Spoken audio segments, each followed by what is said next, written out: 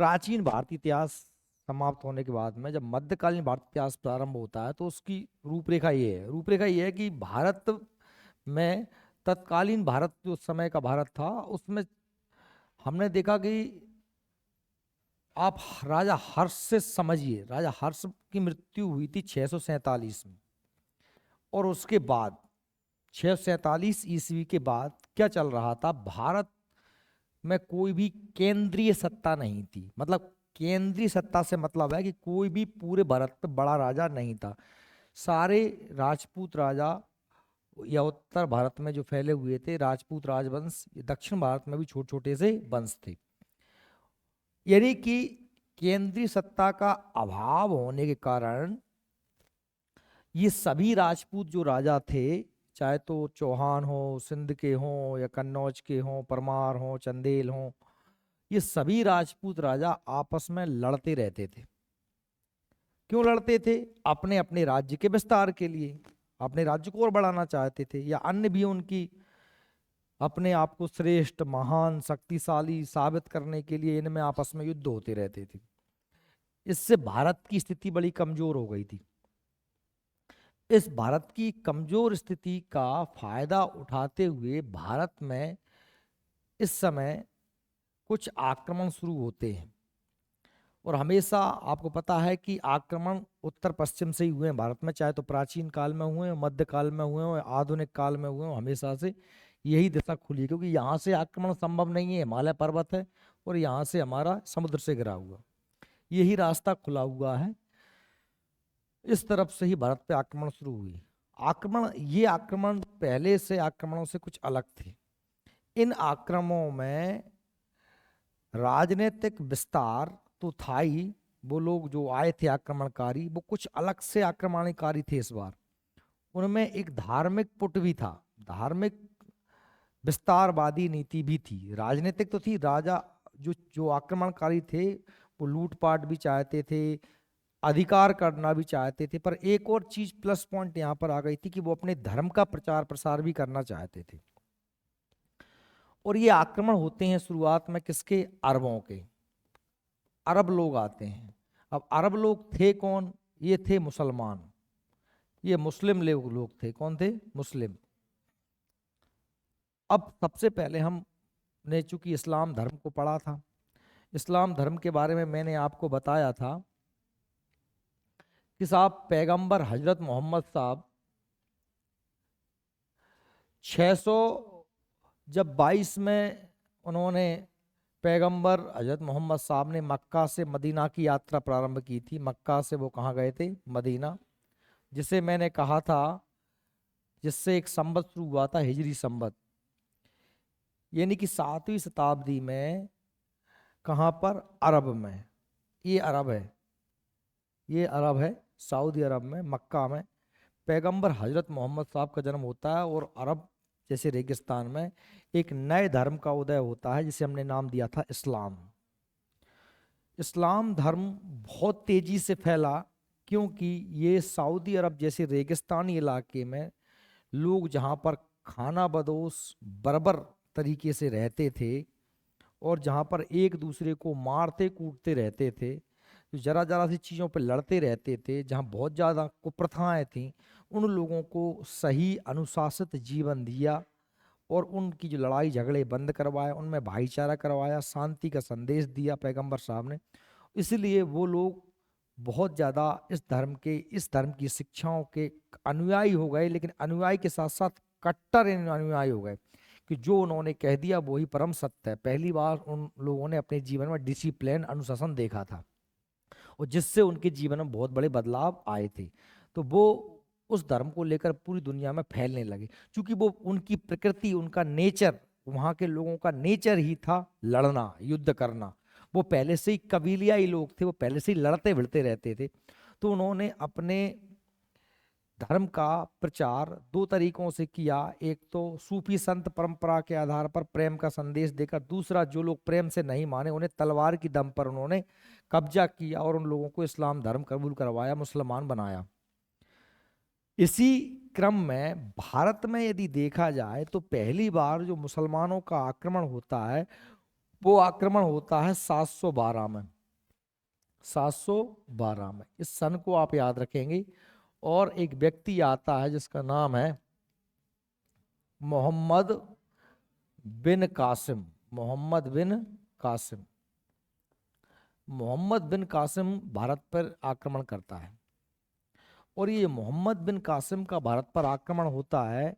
ये आक्रमण जब भारत पे हो रहा होता है तो उस समय भारत में इसका जो आक्रमण होता है ये सिंध पर होता है। सिंध जो वर्तमान में पाकिस्तान में चला गया है, ये सिंध राज्य था, क्योंकि इधर से आक्रमण होता है। और राजा यहाँ पर कौन था? दाहिर। ये ब्राह्मण वंश का शासक था। मोहम्मद बिन कासिम आता है, दाहिर से उसका युद्ध होता है, दाहिर को वो जीतता है और यहाँ पर कुछ हिस्से पे कब्जा कर लेता है। इसकी पूरी कहानी को आगे पढ़ेंगे हम मोहम्मद बिन कासिम को। मोहम्मद बिन कासिम के बाद कुछ समय बाद एक और व्यक्ति आता है जिसका नाम है महमूद गजनबी। वो 1001 में आता है, 1001 में। 1001 से 1027 तक उसने भारत पर 17 बार आक्रमण किए। कौन? मोहम्मद महमूद गजनबी। कौन? महमूद गजनबी। ठीक है। और उसका सबसे फेमस आक्रमण था गुजरात के सोमनाथ पे 1025 में। बताया था मैंने कल ही क्लास में भी, भीम द्वितीय के टाइम पे, भीम प्रथम के समय में उसका आक्रमण ये हुआ था।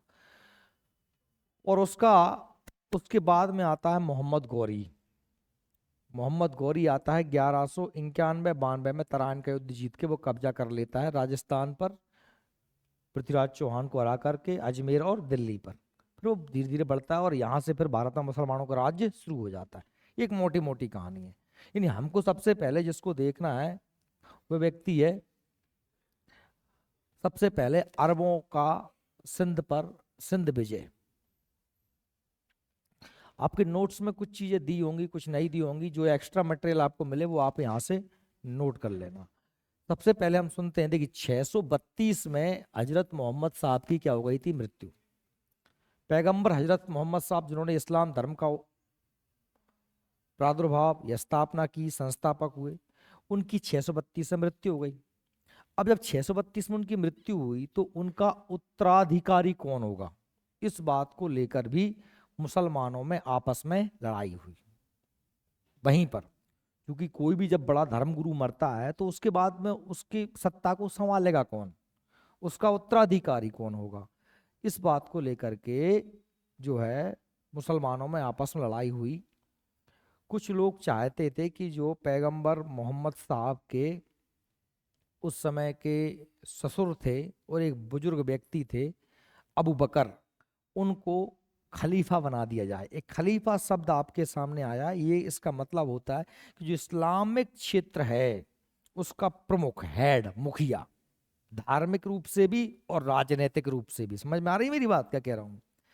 तो पैगंबर साहब तो मेन बॉस थे। अब उनके बाद में इस क्षेत्र का कौन संचालन करेगा? तो खलीफा किसको बनाया जाए? अबू बकर के पक्ष में कुछ लोग थे। कुछ लोगों का ऐसा मानना था कि पैगंबर साहब के चूंकि कोई बेटा नहीं था, बेटी थी उनकी, और बेटी का जो उनके जो दामाद थे वो थे अली। तो अली को वो चाहते थे कि उन्हें उत्तराधिकारी बनाया जाए। इसलिए जो लोग अली का समर्थन कर रहे थे वो लोग कहलाए सिया, और जो लोग अबू बकर का समर्थन कर रहे थे वो कहलाए सुन्नी। तो सिया सुन्नी का ये बंटवारा हो गया। अली के बाद उनके बेटा होते हैं हुसैन, और हुसैन को करबला के मैदानों में कत्ल कर दिया जाता है। हुसैन को करबला के मैदानों में कत्ल कर दिया जाता है, और यहाँ से सिया सुन्नियों की लड़ाई बहुत जोर से खुल के आ जाती। पर उनके बाद उनके जो अलग अलग पैगंबर वो खलीफा होते गए, और खलीफाओं ने ये आदेश दिया कि इस्लाम को और फैलाया जाए। इस्लाम की ऐसी विचारधारा है कि कयामत आने से पहले, कयामत मतलब दुनिया खत्म होगी उससे पहले पूरी दुनिया में केवल मुसलमान ही होंगे, उसके अलावा कोई नहीं होगा। ऐसी उनके धर्म की मान्यता है। इसी उद्देश्य से वो लगातार इस्लाम के प्रचार प्रसार के लिए लगे रहते हैं। उस शुरू से उन्हें शिक्षा दी गई। अब हुआ क्या कि 632 में पैगंबर साहब की मृत्यु हो गई। मात्र 8 वर्ष के भीतर ही मुसलमानों में सीरिया और मिस्र पर भी अधिकार कर लिया। उनकी मृत्यु के 8 साल बाद उन्होंने, उनके पास में जो सीरिया था, अगर आप देखोगे यहाँ पर ये जॉर्डन, यहाँ पर सीरिया, ये बगल में अफ्रीका में मिस्र पड़ जाता है। अब अगर आपको नक्शे का बिल्कुल भी ज्ञान नहीं है तो आपकी पढ़ाई बिल्कुल मतलब बेईमानी हो जाएगी पढ़ाई के साथ। मैंने हमेशा कहा है कि विश्व के नक्शे को, भारत के नक्शे को, मध्य प्रदेश के नक्शे को देखा करो। कुछ नहीं करना है, इन्हें सुबह शाम बढ़िया देखो, है ना। तो इससे आपको देख देख के समझ में जाए कहाँ कहाँ पर कौन सा महाद्वीप है, कौन सा देश है। जब भी मैं कोई देश का नाम लूँ तो आपको दिमाग में तुरंत क्लिक हो जाए कि साहब मिस्र यहाँ है, सीरिया यहाँ है, इराक यहाँ है, अफगानिस्तान यहाँ है, कजाकिस्तान यहाँ है, रूस यहाँ है ना, ब्राजील यहाँ है, कहाँ कौन सा देश है। मुसलमानों ने 713 में स्पेन पर अधिकार हो गया है। स्पेन अब कहाँ पहुंच गए? यूरोप में पहुंच गए। यूरोप, स्पेन में अधिकार कर लिया। 732 में फ्रांस के मध्य तक पहुंच गए, स्पेन को जीत लिया, फ्रांस तक जीत लिया, कहां तक? यूरोप तक घुस गए। और 642 तक मुसलमानों ने ईरान के क्षेत्र पर भी अधिकार कर लिया। खलीफा उमर, खलीफा उमर हुए, है ना, के समय में भारत के विरुद्ध 3 सैन्य अभियान भेजे गए। जब खलीफा उमर थे 634 से 644 के बीच में, तो भारत के लिए उन्होंने 3 अभियान भेजे भारत को जीतने के लिए। लेकिन तीनों जो अभियान है उनके कैसे हो गए? असफल हो गए, वो भारत को नहीं जीत पाए। इसलिए हमारे लिए बहुत महत्वपूर्ण भी नहीं है। पहला अभियान उन्होंने 637 में थाना मुंबई के निकट विरुद्ध हुआ, दूसरा भड़ोच गुजरात में, और तीसरा देवल, देवल जो कहाँ है? सिंध में ही है। ये 3 पर आक्रमण हुए, लेकिन तीनों में वो क्या हुए? असफल हुए। नौसैनिक अभियानों के असफल होने पर अरबों द्वारा स्थल मार्ग पर भारत पर 3 आक्रमण हुए, काबुल, जाबुल और सिंध पर किए गए। अल हज्जाज 695 में इराक का सूबेदार बना। एक अल हज्जाज नाम का व्यक्ति था जो 695 में काय का इराक का सूबेदार बना। उसके सेनापति अबेदुल्ला ने काबुल पर अधिकार करने का प्रयास किया, लेकिन काबुल और जाबुल की सम्मिलित सेनाओं ने उसे परास्त करके वापस खदेड़ दिया। ये पूरी कहानी है, हमारे लिए बहुत ज्यादा महत्वपूर्ण नहीं है। बस समझना है कि एकदम 712 में सीधा मोहम्मद बिन कासिम आके सफल नहीं हो गया है। इससे पहले से वो प्रयास कर रहे थे। उन्होंने, हमने कहा साहब 634 से 44 के बीच में 3 बार आक्रमण किए। ये आक्रमण थे नौसेना के, मतलब जल सेना से, है ना, पानी जल सेना से आते थे, वो नौकाओं से आक्रमण करते थे, पर वो सफल नहीं हो पाए। फिर उन्होंने थल सेना से भी आक्रमण किया, और 695 में ये आक्रमण हुआ काबुल पर, और काबुल की और जाबुल की सेना ने हरा दिया। अब्दुल्ला की हार की बदला लेने के लिए अब्दुल रहमान के नेतृत्व में एक विशाल सेना 699 में जाबुल के पास भेजी गई, लेकिन जिसने सफलता, थोड़ी बहुत सफलता प्राप्त की। लेकिन सिंध पर विजय का जो सबसे बड़ा अभियान था वो हमने कहा कि मोहम्मद बिन कासिम के नेतृत्व में चला। सिंध पर पहला आक्रमण नौसेना द्वारा 643 में चचनामा के अनुसार अरब सेना के चाच गवर्नर के हाथों देवल के युद्ध में परास्त हुई। चचनामा क्या है? एक पुस्तक है। चचनामा क्या है? जिससे हमें ये जानकारी मिलती है कि सिंध पर पहला अरब आक्रमण नौसेना द्वारा 643 में चचनामा के अनुसार अरब सेना चाच गवर्नर के हाथों देवल के युद्ध में परास्त हुई। खलीफा अली के समय 660 में एक सेना भारत में विजय के लिए भेजी गई, जो बेलन के समीप कीकान तक पहुंची, और कीकान में यह सेना पराजित हुई और सेनापति मारा गया। 660 के बाद 20 वर्षों के भीतर कम से कम 6 सैन्य अभियान सिंध के लिए भेजे गए, लेकिन जो लगभग असफल रहे। इस दौरान अरब सेना केवल मकरान ही जीत सकी थी। 8वीं शताब्दी के प्रथम दशक में हज्जाज ने खलीफा से स्वीकृति लेकर सिंध के विरुद्ध 2 सैन्य अभियान किए। पहला अब्दुल्ला के नेतृत्व में और दूसरा बुदैल। दोनों अभियान कैसे रहे? असफल रहे। अभी आप तक देख रहे हैं कि हमने जितने अभियान पढ़े सारे अभियान असफल हो रहे हैं। हज्जाज ने तीसरा सैन्य अभियान 712 में अपने भतीजे और दामाद मोहम्मद बिन कासिम के नेतृत्व में सिंध की ओर भेजा। अब ये मोस्ट हो जाता है। इससे पहले कि तुम पढ़ सकते हो, आपको याद रखने की जरूरत नहीं है, क्योंकि हमने कहा कि बहुत बार प्रयास किए गए, तब जाके भारत में उन्हें एंट्री मिल पाई। 712 में हज्जाज ने अभियान भेजा, किसके नेतृत्व में? अपने उसका भतीजा और उसका दामाद था मोहम्मद बिन कासिम।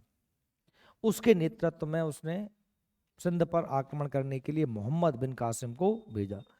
मोहम्मद देवल पहुंचा। देवल जगह है सिंध में। देवल पहुंचा और 4,000 मुसलमानों को स्थापित किया और मस्जिद बनवाई। देवल में उसने कब्जा किया, 4,000 मुसलमानों को वहां बसाया और मस्जिद बनाई। देवल से मोहम्मद बिन कासिम ने नारुन, वर्तमान में जो हैदराबाद पड़ता है पाकिस्तान में, अपना हैदराबाद ये आ- आंध्र प्रदेश वाला हैदराबाद नहीं, जो हैदराबाद कहाँ पड़ता है, पाकिस्तान में, प्रस्थान किया और नारुन में बौद्ध भिक्षुओं की मदद से उसने अधिकार कर लिया। अरब आक्रमण के दौरान अधिकांश बौद्ध भिक्षुओं ने मोहम्मद बिन कासिम के साथ दोस्ताना व्यवहार किया, जो वहां के बौद्ध भिक्षु थे। राजा दाहिर के विरुद्ध मोकाहा नामक राजा ने मोहम्मद बिन कासिम की मदद की। अब दाहिर कौन था, जो वहां पर सिंध का शासक था। क्योंकि दाहिर ब्राह्मण था और बौद्ध भिक्षुओं की उनकी नहीं बनती होगी, बात समझ रहे हो, इसलिए जब मोहम्मद बिन कासिम आया तो मोहम्मद बिन कासिम की बौद्ध भिक्षुओं ने मदद की। और एक वहां का एक राजा भी जिसका नाम था मोकाहा, मोकाहा ने भी किसकी मदद की, मोहम्मद बिन कासिम की। राजा दाहिर और मोहम्मद बिन कासिम के बीच रूर रूर में युद्ध हुआ। एक रूर नाम की जगह है जहां पर युद्ध हुआ और दाहिर इस युद्ध में क्या हो गया, परास्त हो गया। अब आपको यही याद रखना है कि 712 में मोहम्मद बिन कासिम आया, है ना, बौद्ध भिक्षुओं ने और मोकाहम नाम के राजा ने उनकी मदद की और रूर नामक जगह पर युद्ध हुआ। और इस युद्ध में दाहिर हार गया मोहम्मद बिन कासिम से। और ये पहला सफल आक्रमण था अरबों का भारत पर। इससे पहले आक्रमण बहुत सारे हुए, नौसेना के भी हुए, स्थल सेना के भी हुए, पर वो सारे आक्रमण कैसे थे, असफल थे। इसलिए हमारे लिए वो महत्वपूर्ण है ही नहीं। बस पढ़ने के लिए पढ़ सकते हो कि जानकारी रहे कि हाँ आक्रमण हुए थे। अब जब ये दाहिर का राज्य था और यहीं पर जगह है देवल, देवल एक बंदरगाह भी है, तो वहां पर मोहम्मद बिन कासिम का बस जाता है, आक्रमण कर लेता है। दाहिर का पुत्र जयसिंह रूर के किले की जिम्मेदारी विधवा रानी के ऊपर छोड़कर ब्राह्मणाबाद से भाग गया। जो दाहिर का बेटा था जिसका नाम था जय सिंह, वो रूर के किले की जिम्मेदारी, जो रानी, विधवा रानी थी दाहिर की, उसको छोड़ करके ब्राह्मणाबाद से भाग गया। और रूर का किला जीतने के बाद कासिम ने ब्राह्मणाबाद पर आक्रमण किया और 6 माह तक युद्ध करने के बाद ब्राह्मणाबाद पर अरबों का अधिकार हो गया। 6 महीने तक युद्ध करना पड़ा, तब जाके वो, कोई राजा भी नहीं था, बेटा भी भाग गया था, तब उसने ब्राह्मणाबाद पर अधिकार कर लिया। और ब्राह्मणाबाद पर अधिकार करने के बाद कासिम ने दाहिर की राजधानी अलौर पर भी अधिकार कर लिया। हज्जाज और खलीफा वालिद की मृत्यु के कारण मोहम्मद बिन कासिम को इराक वापस लौटना पड़ा। उस समय जिस हज्जाज ने उसे भेजा था, हज्जाज का दामाद था वो, जिस हज्जाज ने उसे भेजा था, और खलीफा वालिद की उस समय मृत्यु हो गई, तो उसे मालूम चला कि वहां पर उनकी मृत्यु हो गई है। तो वो जहाँ युद्ध वगैरह कर रहा था भारत में, इन सब युद्धों को छोड़ के वापस वो कहाँ चला गया, इराक चला गया, जहां से वो आया था। राजा दाहिर की पुत्रियों के झूठे बयानों के कारण खलीफा ने कासिम को जो है मृत्युदंड दे दिया। ऐसा कहा जाता है कि राजा दाहिर की पुत्रियों को पकड़ के जब वो वहां पर ले गया इराक, खलीफा के सामने उसने पेश की, तो उनकी पुत्रियों ने इसे कह दिया कि इसने हमारे साथ ज्यादती की है। किसने, मोहम्मद बिन कासिम ने। जो खलीफा, जो इस्लाम का सर्वश्रेष्ठ मुखिया होता था, उसके सामने जब पुत्रियों ने झूठी गवाही दे दी कि इसने हमारे साथ ज्यादती की है, तो इस कारण से खलीफा ने मोहम्मद बिन कासिम को मृत्युदंड दे दिया। ठीक है, तो ये मोहम्मद बिन कासिम की कहानी थी। अब मोहम्मद बिन कासिम की कहानी बहुत बड़ी कुछ नहीं है, 2 3 4 पॉइंट है। मोहम्मद बिन कासिम पहला व्यक्ति जिसने भारत पर आक्रमण किया, 712 में किया, सिंध पर किया। सिंध का राजा दाहिर था, दाहिर का बेटा का नाम जयसिंह था, है ना, और उसने ब्राह्मणाबाद पर कब्जा कर लिया। बाद में वो वापस चला गया जहां मोहम्मद बिन कासिम को मृत्युदंड दे दिया गया। इससे ज्यादा कुछ इसके बारे में याद रखने की आवश्यकता हमको है नहीं। इतना याद है आपको तो आपका काम चल जाएगा पूरा। अब मोहम्मद बिन कासिम जब चला गया तो ये 712 से लेकर फिर 1001 तक बात आती है। तो गजनी नाम के कबीले में महमूद गजनबी नाम का एक व्यक्ति जो वहाँ का शासक बनता है, अफगानिस्तान वाले बहुत से क्षेत्रों को वो जीत लेता है। और वह खलीफा से परमिशन मांगता है, ध्यान सुनना मेरी बात, कि भाई ये क्षेत्र मैंने जीत लिया है, इसका प्रशासन मैं अपने हाथ में ले लूं।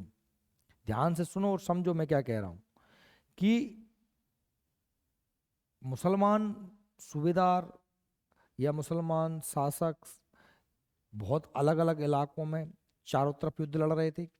बहुत से व्यक्ति अलग अलग क्षेत्रों को जीत रहे थे। जीतने के बाद वो क्षेत्र मुसलमानों का क्षेत्र हो जाता था। पर जो क्षेत्र जिस व्यक्ति ने जीता है वो उसका प्रशासन करेगा, पर प्रशासन वो अपनी मर्जी से नहीं कर सकता था। पहले उसे खलीफा की परमिशन लेनी पड़ती थी कि साहब ये इलाका मैंने जीत लिया है, यहाँ का प्रशासक मैं बन जाऊं क्या। बात समझ में आ रही मेरी बात? जब खलीफा परमिशन दे देता था तभी वो वहां पर प्रशासन कर पाता था। तो अफगानिस्तान या गजनी इलाके का बहुत सा क्षेत्र महमूद गजनबी ने जीत लिया था, पर उसे उस क्षेत्र का प्रशासक बनना था। तो उसने इस बात की परमिशन जब बगदाद के खलीफा से मांगी तो खलीफा ने उससे एक टर्म एंड कंडीशन लगाई। उसने कहा कि एक कंडीशन में तुम ऐसा कर सकते हो। क्या कंडीशन है वो? उसने कहा साहब तुम्हें इस्लाम धर्म को और फैलाने के लिए या हमारे इस्लामिक क्षेत्र को और बढ़ाने के लिए भारत पर लगातार आक्रमण करने होंगे। तो उसने इस बात को स्वीकार कर लिया और उसे वहां का खलीफा बना दिया गया। इसी वादे को निभाने के लिए महमूद गजनबी ने 1001 से लेकर 1027 तक भारत पर 17 बार आक्रमण किए। बात समझ में आ रही है आप लोगों को? ये महमूद गजनबी की बात करें तो ये कौन था? ये शुकवुद्दीन का पुत्र था महमूद गजनबी। 27 वर्ष की उम्र में 998 से 1030 तक इसका कार्यकाल रहा, शासक रहा। कब तक रहा? 998 से 1030 तक। यह सीस्तान के खलीफा को हराकर सुल्तान की उपाधि धारण करने वाला प्रथम मुस्लिम शासक था। महमूद ने भारत पर 1001 से 1027 तक, ये 1001 से 1027 तक सही कर लेना, 17 बार आक्रमण किए। इसके आक्रमणों का उल्लेख हेनरी इलियट ने किया है। किसने किया है? Henry Elliot. अब हेनरी इलियट कौन है? इतिहासकार है। कौन है? इतिहासकार, जिसने इसके आक्रमणों का उल्लेख किया है। महमूद गजनबी ने भारत पर पहला आक्रमण 1001 में किया। अब आपको याद आ रहा होगा, मैंने आपको पढ़ाया था कि महमूद गजनबी ने पहला आक्रमण 1001 में हिंदू शाही वंश में राजा जयपाल के विरुद्ध किया था। किसके विरुद्ध किया था? जिसे हमने वह हिंद का युद्ध कहा था। बताया था मैंने, जब आपको कश्मीर के वंश पढ़ाए थे तो पास में मैंने आपको हिंदू शाही वंश भी पढ़ाया था और कहा था कि वहां जयपाल ने उसमें पहला आक्रमण कहां पर किया था? उसमें गजनबी ने हिंदू शाही वंश के राजा जयपाल के विरुद्ध। और उसका सबसे फेमस आक्रमण है 1025 का गुजरात सोमनाथ का। और सबसे उसका आखिरी आक्रमण था 1027 में। ये जो है जाट हैं यहाँ के, आगरा के पास के जाट और खोखरों के विरुद्ध किया था। 1027 में उसका अंतिम आक्रमण था। 1001 में उसका पहला आक्रमण था। आखिरी आक्रमण 1027 में। पहला आक्रमण 1001 में जयपाल के विरुद्ध और आखिरी आक्रमण हुआ था जाटों खोखरों के विरुद्ध 1027 में। और सबसे फेमस आक्रमण हुआ 1025 में सोमनाथ मंदिर का आक्रमण। 3 उसके आक्रमण याद रखने अपन को, ठीक है? तो एक बार हम इसको फिर देख लेते हैं। जयपाल महमूद गजनबी ने भारत पर पहला आक्रमण 1001 में किया था और यह आक्रमण हिंदू शाही राजा जयपाल के विरुद्ध था। और इसे हम कहते हैं वह हिंद का युद्ध। क्या कहते हैं? वह हिंद का युद्ध। क्या कहते हैं? वह हिंद का युद्ध। हालांकि वह हिंद के 2 युद्ध हुए हैं, वह हिंद का प्रथम युद्ध। महमूद गजनबी का सबसे चर्चित आक्रमण 1025 में है। कब है? 1025 में सोमनाथ मंदिर। अब सोमनाथ मंदिर कहां पर है? गुजरात में है ना। सोमनाथ मंदिर भारत के 12 ज्योतिर्लिंगों में से एक है। और इस मंदिर की लूट से उसे 20 लाख दीनार की संपत्ति हाथ लगी थी। ये भी आपको याद रखना। 20 लाख दीनार मतलब होता है सोने के सिक्के। दीनार मतलब किसे कहते हैं? सोने के सिक्के को कहते हैं, ठीक है? तो 20 लाख दीनार संपत्ति उसने लूटी थी। कहा जाता है कि जब ये सोमनाथ मंदिर में की तरफ आया तो ये सोमनाथ मंदिर का जो शिवलिंग था वो जमीन से अथपर था, मतलब समझ रहे हो, जमीन पे नहीं रखा हुआ था, ना ऊपर था नीचे था, बीच में लटका हुआ था। इसके लिए एक एक आर्किटेक्चर उन्होंने डिजाइन बनाया था। उसने जो शिवलिंग था वो लोहे का था, और उसके चारों तरफ जो खंभे लगाए गए थे वो लगाए गए थे चुंबक के। तो जिस तरीके से वो जो है शिवलिंग को ऐसी जगह स्थापित किया गया था कि वो चारों तरफ खिंचा रहे और न नीचे गिरे न ऊपर जाए। तो जब महमूद गजनबी आया तो उसने देख के वो आश्चर्यचकित हुआ, क्योंकि हमारे देश में मंदिरों में धन संपदा प्राचीन काल से ही रही है। चढ़ावा राजा महाराजाओं ने भी सोने के छत्र इत्यादि इत्यादि। आज भी हमारे मंदिरों में आप देखें तो तिरुपति बालाजी मंदिर या श्रीनी के साईं या पद्मनाभ स्वामी, हजारों करोड़ों अरबों रुपए यहाँ पर सालों की आय होती है, इतना दान लोग देते हैं, है ना। तो सोमनाथ मंदिर वो देखकर वो आश्चर्यचकित हुए। उन्होंने कहा साहब ये कैसे हो सकता है कि कोई चीज अतपर रहे। तो फिर उसने एक खंभा तोड़ा, तो जैसे मूर्ति झुकी, लिंग शिवलिंग एक तरफ झुक गया, तो उसने चारों खंभे तोड़ के और पूरे मंदिर को लूट लाट के ले गया। जब उसने आक्रमण किया था तो उस समय वहां पर सोलंकी वंश का राजा राज्य था। किसका था, पढ़ाया था मैंने आपको, गुजरात सोलंकी वंश। और राजा कौन था, भीम प्रथम। कौन था, भीम प्रथम। याद रखना, भीम प्रथम था और सोलंकी वंश का राज्य था। ठीक है। 20 लाख दिन से हाथ उसमें लगी। महमूद गजनबी का भारत पर अंतिम आक्रमण 1027 में जाटों और खोखरों के विरुद्ध हुआ था। हुआ क्या था कि जब ये संपत्ति लूट लाट के ले जा रहा था, अब चूंकि जब ये संपत्ति लूट के ले जाएगा यहाँ से, तो आप देखिए कि वापस तो इसी रास्ते से जाएगा। तो रास्ते में इसको जाटों ने, आगरा के पास जाटों ने और खोखरों ने इस पर आक्रमण कर दिया। जब इन्हें जाटों की सूचना मिली, चूंकि जाट अपने आप को भगवान शिव का वंशज ही मानते हैं, भगवान शंकर ने अपनी जटा को निकाल करके जब मारा था, उससे एक वो क्या नाम था उसका, वीरभद्र, वीरभद्र पैदा हुआ था, है ना। जब वो माता सती कूद गई थी दक्ष के यज्ञ में, है ना, याद है घटना कि नहीं। माता सती भगवान शिव के मना करने के बावजूद अपने पिता के यज्ञ में पहुंची थी, जहां उनको अपमानित किया गया शिव को, तो वो अग्निकुंड में कूद गई थी। तो उससे भगवान शिव बहुत दुखी हुए थे और उन्होंने अपने सिर का एक जटा निकाल करके पत्थर पे मारा था, उससे वीरभद्र पैदा हुआ था। और वीरभद्र ने चारों तरफ तबाही मचा दी, सारे देवताओं को और जो भी उसमें सहयोग थे सबको मार दिया था। दक्ष का सिर काट दिया था, है ना, दक्ष प्रजापति दक्ष का। तो वो जाटों का ऐसा मानना है कि हम वो वीरभद्र के ही संतति हैं, उनसे ही हम पैदा हुए। तो वो शिव जी से अपन को अपने आप को जोड़ते हैं, तो इसलिए ये बड़े क्रोधित थे जाट। इन्होंने आक्रमण कर दिया और उस महमूद गजनबी को यहाँ इनने लूट लाट लिया, कूट काट दिया जोर से, उसके पैसे में ही छुड़ा लिए। तो वो वैसे ही मतलब इनसे चिढ़ गया था। जब वो वहां घर पहुंचा तो बस उसने आखिरी आक्रमण कि बेटा मैं तुमको ही सिखा देता हूँ, इन पे आक्रमण किया था। किसने, महमूद गजनबी ने। ठीक है। और 1030 में महमूद गजनबी की मृत्यु हो गई। महमूद गजनबी ने सिक्कों के पृष्ठभाग पर कलमा और संस्कृत का रूपांतरण अम्बेक अवतार अंकित करवाया था। सिक्के जिसने छपवाए थे, एक बगल क्या लगवाया था, कलमा। कलमा जानते ही हो, जो कलमा होता है ला इलाहा इल्लल्लाह मोहम्मद रसूलुल्लाह, तो कलमा लगवाया। एक तरफ लिखवाया था अम्बेक अवतार। अब वेरी मोस्ट है, महमूद गजनबी को भारतीय इतिहास में बुत सिकन कहा गया। क्या कहा है, बुत सिकन।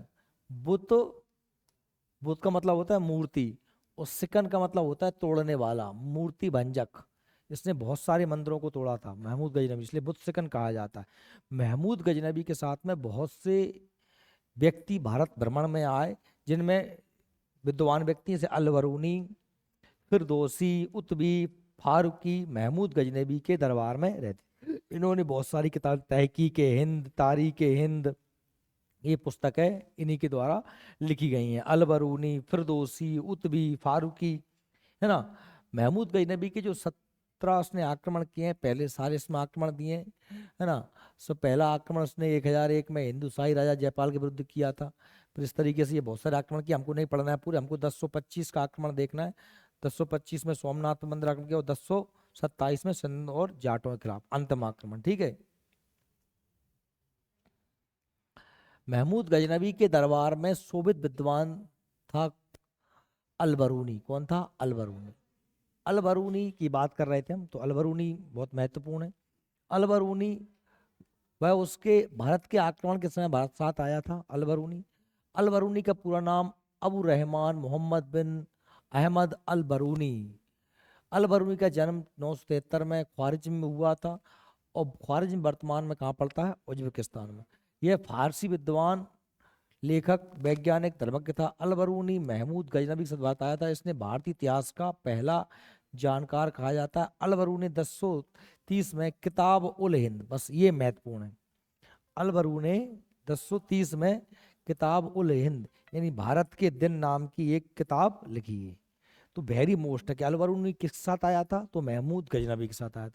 और अल किताब उल हिंद किसने लिखी है, अल बरूनी ने। ठीक है, इसकी मृत्यु अफगानिस्तान में हुई। अल बरूनी ने 146 किताबें लिखी। इनमें से प्रमुख किताबों के नाम है जैसे तारीख अल हिंद, किताब उल हिंद, तारीख अल हिंद, कानून अल मसूद, कानून अल मसूद, अल हयात, अल नजूम। अब हमारे लिए महत्वपूर्ण नहीं है, हमारे लिए दो किताब महत्वपूर्ण है, किताब उल हिंद, तारीख अल हिंद। किताब उल हिंद, तारीख अल हिंद। तारीख अल हिंद मतलब भारत का इतिहास। तो आप याद रखेंगे कि अल बरूनी, फिरदौसी, उतबी, ये सब किस साथ आए थे, महमूद गजनबी के साथ आए। अल बरूनी ने जो है एक किताब लिखी है, किताब उल हिंद और तारीख उल हिंद। ठीक है, अब बात करते हैं हम फिर मोहम्मद गौरी की। जब ये महमूद गजनबी की बात हो गई, तो अब मोहम्मद गौरी की बात आती। तो मोहम्मद गौरी जो था, इसका भी बड़ा इतिहास रहा है। इसने भारत पर, जब हमने कहा कि जो गजनी नाम का कबीला, जिसके महमूद गजनबी था, महमूद गजनबी ने जब मर जाता है 1030 में, सुनना, तो जो गजनी नाम का कबीला था, उस कबीले पर गौरी नाम के वंश का अधिकार हो जाता है। गौरी नाम के वंश का, अफगानिस्तान जहां से वो आया था, वहां किसका अधिकार हो जाता है, गौरी नाम के वंश का अधिकार हो जाता है। अब गौरी कबीले का जब अधिकार होता है, तो उसी गौरी कबीले में आता है मोहम्मद गौरी, जो भारत पर बहुत बार आक्रमण करता है, लेकिन उसे जो फाइनली सफलता मिलती है वो 1192 के युद्ध में मिलती है, तराइन के द्वितीय युद्ध में। वो पहले गुजरात पे आक्रमण करता है, वहां भी कुटता पिटता है। 1178 में बताया था मैंने आपको, मूलराज है ना के समय पे करता है आक्रमण, वो पराजित हो जाता है उस समय, और उसको बंदी बना लिया जाता है। फिर 1185 में वो पंजाब पे आक्रमण करता है, वहाँ उसे कुछ सफलता मिलती है। उसके बाद में उसे जो सबसे महत्वपूर्ण सफलता मिलती है, वो 1192 के तराइन के दूसरे युद्ध में पृथ्वीराज चौहान को हरा करके। देखिए, ये जो दो व्यक्ति इससे पहले आए हैं, एक तो मोहम्मद बिन कासिम, और दूसरा महमूद गजनबी, ये दो व्यक्ति जो पहले आए हैं, ये दो व्यक्तियों का भारत पे आक्रमण करने का उद्देश्य था भारत में लूटपाट करना, भारत से धन इकट्ठा करना, और धन को ले जा करके मध्य एशिया में जहां से ये लोग आए थे, ईरान, इराक वाला, अफगानिस्तान वाला क्षेत्र, वहां पर एक मजबूत साम्राज्य बनाना और इस्लाम धर्म का प्रचार प्रसार करना। ध्यान समझना मेरी बात को। महमूद गजनबी और मोहम्मद गौरी, इन दोनों व्यक्तियों का उद्देश्य भारत पर साम्राज्य करना नहीं था। किस किस का, महमूद गजनबी और मोहम्मद बिन कासिम, इन दोनों का उद्देश्य था भारत में लूटपाट करके, धन इकट्ठा करके मध्य एशिया में अपने राज्य को मजबूत करना और भारत में इस्लाम धर्म का प्रचार प्रसार करना। इसके उल्टे मोहम्मद गौरी का उद्देश्य था भारत पर एक बहुत बड़ा साम्राज्य था, भारत को जीत करके अपने साम्राज्य में मिलाना। ठीक है, एक सेकंड।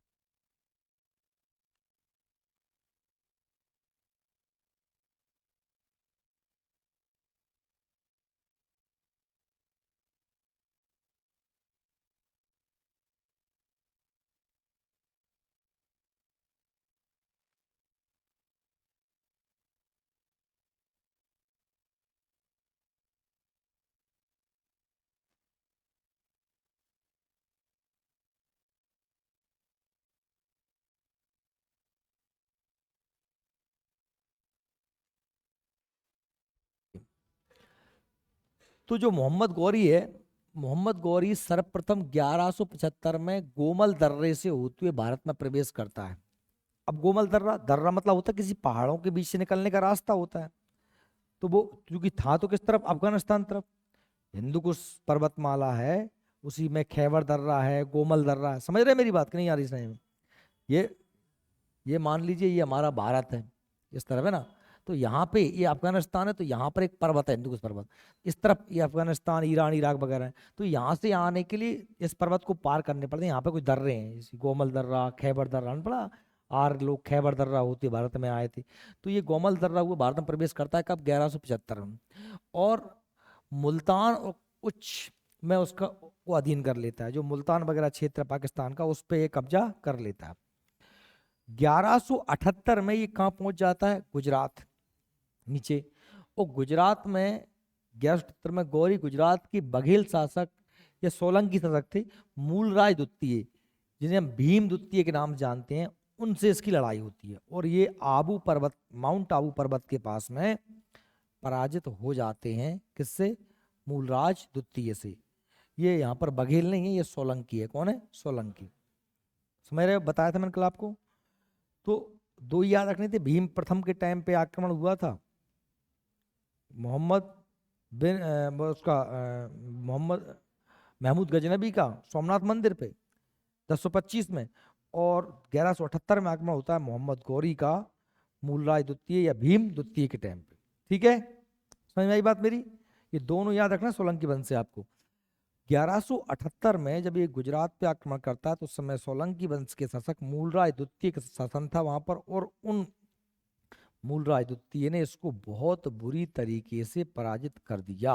मोहम्मद गौरी को खूब जोर से कूट दिया और हाथ पैर बांध के इसको डाल दिया, मतलब इसको बंदी बना लिया। और ये इनकी बड़ी गलती थी कि कुछ दिनों बाद इन्होंने इसको छोड़ दिया।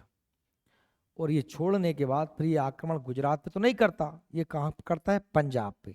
अब आप नक्शे में अगर देखेंगे तो ये गुजरात इस तरफ है ना, देखो ये गुजरात यहाँ है।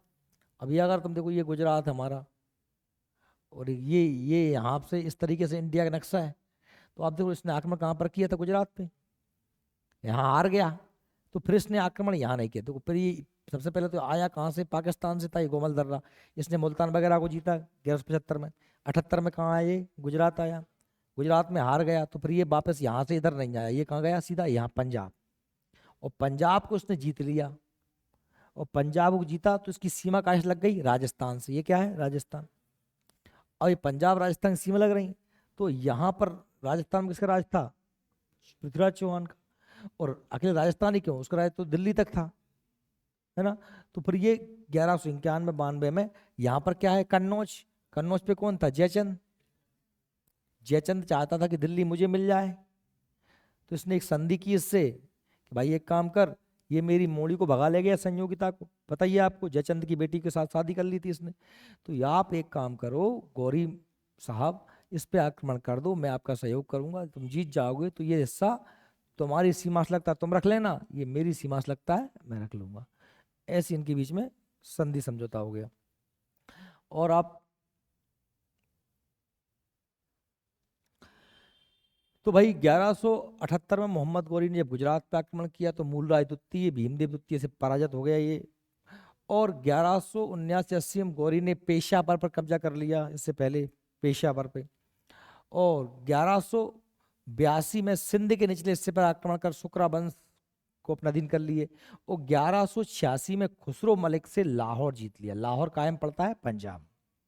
मतलब इसने एकदम, मैंने सीधा पंजाब बता दिया आपको। भाई 1180 में इसने पेशावर को जीता, 82 में इसने सिंध के हिस्से को जीत लिया, फिर ये काय में आ गया?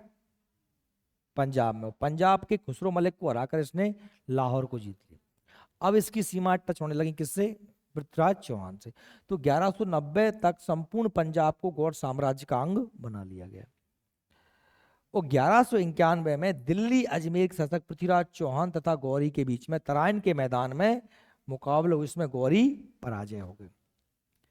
1191 में पहला युद्ध हुआ तराइन का, और दूसरा युद्ध 1192 में। एक बार ये चौहान वगैरह जीत गए तो ये लोग कॉन्फिडेंस में आ गए, ये और कॉन्फिडेंस में आ गए, इनने फिर अगली बार में ध्यान नहीं दिया, और ये 1192 में गौरी और चौहान के बीच में तराइन के युद्ध में दूसरा युद्ध हुआ, और इस युद्ध में पृथ्वीराज चौहान पराजित हो गया, उसे बंदी बना लिया गया और फिर उसे मार दिया गया, है ना। और दिल्ली और अजमेर पर कब्जा कर लेता है कौन? मोहम्मद गौरी। फिर जिस जयचंद ने मोहम्मद गौरी की सहायता की थी या जिसे बुलाया था, है ना, वो फिर मांगता है कि साहब दिल्ली हमें दे दो। आपने जो बातचीत हुई थी, उन्होंने कहा साहब पहली बार तूने मुझे कुटवा दिया, तू मदद करने नहीं आया 1191 में। इस तरीके से उसने कहा चल भाग जा, नहीं दे रहे तो दिल्ली। तो उसने कहा नहीं मैं तो लूंगा। तो लड़ाई हो गई दोनों में आपस में। 1194 में मोहम्मद गौरी ने जयचंद जिसने उसकी हेल्प की थी उसको ही मार दिया और कन्नौज पे भी अधिकार कर लिया। इस युद्ध का नाम है चंदावर का युद्ध। क्या नाम है? समझ में आ रही मेरी बात? तराइन का प्रथम युद्ध, तराइन का द्वितीय युद्ध, फिर चंदावर का युद्ध। चंदावर का युद्ध कब हुआ? 1194 में। मोहम्मद गौरी और कन्नौज नरेश जयचंद के बीच में, चंदावर के बीच में युद्ध हुआ। इसमें गौरी की विजय हुई और जयचंद मारा गया। इस जयचंद ने ही गौरी को बुलाया था, ये खुद ही मारा गया। अब 1195-96 में गौरी ने चुनार के पास जाटों और राजपूतों को पराजित किया, और 1205 में गौरी ने खोखरों को पराजित कर दिया। 1205 तक ये रहा, और 1205 में ये फिर 1206 में ये भारत से वापस चला गया। कब? गजनी वापसी में मार्ग में 15 मार्च 1206 को अफरीदी कर्मार्थी कबीलों द्वारा सिंध नदी के पास दम्यव नामक स्थान पर नमाज पढ़ते वक्त मोहम्मद गौरी की हत्या कर दी। जब ये वापस अपने घर जा रहा था तो ये अब रास्ते में लोगों से लड़ते भिड़ते आया था, कुटते पिटते आया था। तो जिन लोगों को कूटते पीटते आया था तो वो लोग बाट ही रहे थे, बेटा लौट के यहीं से आएगा तू, है ना। जब लौट के जा रहा था तो लड़के तो नहीं मार पाते, तो ये नमाज पढ़ रहा, धोखे से इसको मार दिया मोहम्मद गौरी। लेकिन जब ये जिसने भारत में बहुत सा हिस्सा जीत लिया था, पूरा अजमेर, दिल्ली, है ना, कन्नौज, और नीचे के राजपूतों को, जाटों को, खोखरों को, और उसने पश्चिम में भी कुछ पूर्व की तरफ भी अपने सेनापति बख्तियार खिलजी को भेजा था। उसने नालंदा विश्वविद्यालय तोड़ा, और वो तो असम तक पहुंचा था। समझ रहे मेरी बात? तो इसने जितना बड़ा इलाका जीत लिया था, उस इलाके का पूरा प्रशासन ये अपने सेनापति कुतुबुद्दीन ऐबक को सौंप के चला गया। किस सौंप गया? कुतुबुद्दीन ऐबक। कुतुबुद्दीन ऐबक को इसने सौंप दिया। तो मोहम्मद गौरी ने जब कुतुबुद्दीन ऐबक को अपना सारा साम्राज्य सौंप दिया, तो फिर यहाँ से एक नई व्यवस्था शुरू होती है जिसे हम सल्तनत काल कहते हैं। 1206 से स्टार्ट होगी, 1526 तक चलेगी। चलिए तो पढ़ते हैं। तो मोहम्मद गौरी के सिक्कों पर एक तरफ शिव और नंदी बैल की आकृति मिलती है। इंपोर्टेंट पॉइंट है, मुसलमान होते हुए भी इसके जिसने जो सिक्के छपवाए थे उन पर एक तरफ भगवान शिव और दूसरी तरफ नंदी की। अब ये थोड़ा सा मतलब उल्टा मामला है कि है मुसलमान और उसके सिक्कों पर भगवान शिव और नंदी की प्रतिमा बन रही है। देवनागरी लिपि में पृथ्वीराज और दूसरी तरफ घोड़े के साथ मोहम्मद बिन साम लिखा है।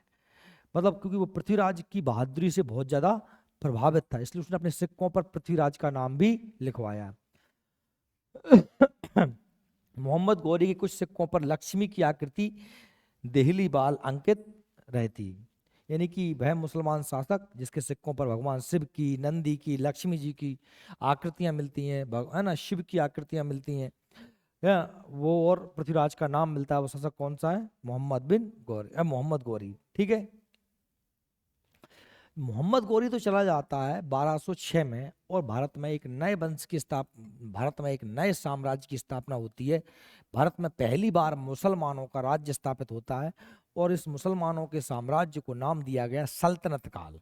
सल्तनत काल इसलिए कह रहे हैं कि सुल्तान, इस जो राजा होता था, शासक होता था, उस शासक को सुल्तान कहा जाता था। क्या कहता था? सुल्तान। और सुल्तान जितने इलाके पर शासन करता था उसे उसकी सल्तनत कहते थे। क्या कहते थे? सल्तनत। ठीक है।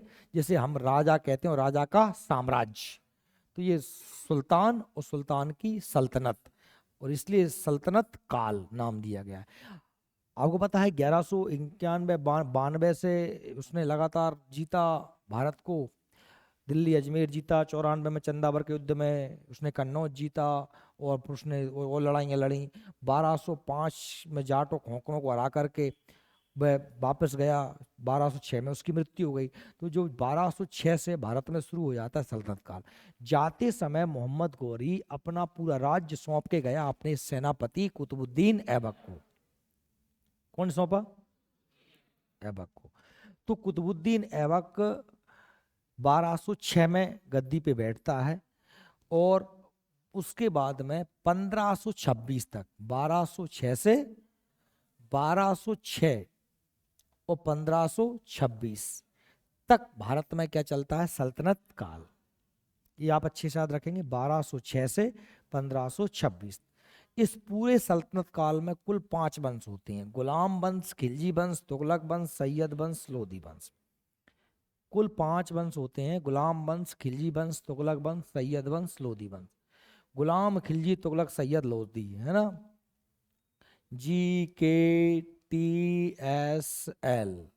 है ना, GKTSL, गुलाम, खिलजी, तुगलक, सैयद, लोधी। अच्छे से याद करेंगे सन, इनके क्रम को यही क्रम से याद रखना है: गुलाम, खिलजी, तुगलक, सैयद, लोधी। गुलाम, खिलजी, तुगलक, सैयद, लोधी। कौन कौन हुए हैं? गुलाम, खिलजी, तुगलक, सैयद, लोधी। इनका समय याद रखेंगे: 1206 से 1290 तक गुलाम, 1290 से 1320 तक खिलजी बन, 1320 से 1414 तक कुल, और 1414 से 51 तक सैयद बन, और 1451 से 1526 तक लोधी वंश। बात सही में आ रही है? ये सन भी आपको याद रखना है, 1206 से 1290 तक कौन सा वंश था, और 1290 से 1320 तक, 1320 से 1414 तक, और 1451 तक, और 1451 से 1526 तक। ये आप अच्छे से सनों को याद करेंगे। सन कब से कब तक कौन सा वंश रहा है? कुल 1206 से 1526 तक रहा है। 1206 से 1290 तक गुलाम वंश रहा है। 1290 से 1320 तक खिलजी वंश, और 1390 से 1414 तक तुगलक वंश, 1414 से 1451 तक सैयद वंश, 1451 से 1526 तक लोधी वंश। ठीक है, ये सन अच्छे से याद रखेंगे, नाम याद रखेंगे। अब इसमें इसके बाद में दिल्ली सल्तनत के प्रमुख सुल्तान जो हुए हैं, वो आप इन्हें भी क्रम से देख सकते हैं। सबसे पहले ये कौन सा वंश रहा है? गुलाम वंश। अगर हम पहला वंश देखें, कौन सा वंश? गुलाम वंश। तो गुलाम वंश के जो प्रमुख शासक रहे हैं, हमने कहा कि गुलाम वंश की शुरुआत कब से होती है? 1206 से 1290 तक। गुलाम वंश का पहला सुल्तान था कुतुबुद्दीन ऐबक, इसके बाद में आराम शाह, इसके बाद में इल्तुतमिश, फिर रुकनुद्दीन फिरोज, रजिया बेगम, मुइजुद्दीन बाराम शाह, अलाउद्दीन महमूद शाह, नसरुद्दीन महमूद, बलबन, और कैकुबाद या शमसुद्दीन कैमूर। इतने नाम दिए हैं, लेकिन इन सब में सबसे ज्यादा जो महत्वपूर्ण है वो है 3: कुतुबुद्दीन ऐबक, इल्तुतमिश, रजिया बेगम और बलबन।